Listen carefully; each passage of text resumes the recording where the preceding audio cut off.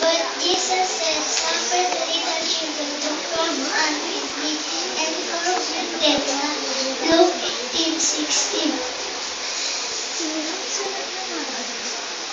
Believe on the Lord Jesus Christ, and thou shalt be saved. Acts 6.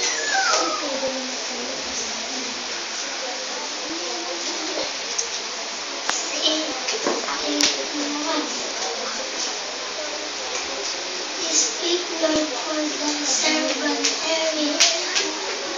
1 Samuel 3 verse 9. John 15:16.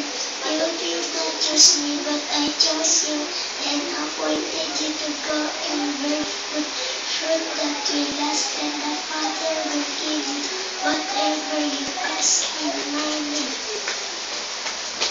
Listen to advice and accept instruction. Amen.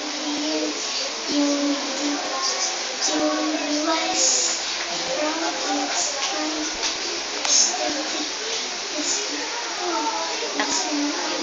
Listen to advice.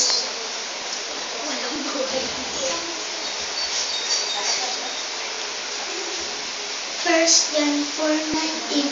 Tayo'y umiibig sapagkat ang Diyos ang unang umiibig sa atin. First John 4:19.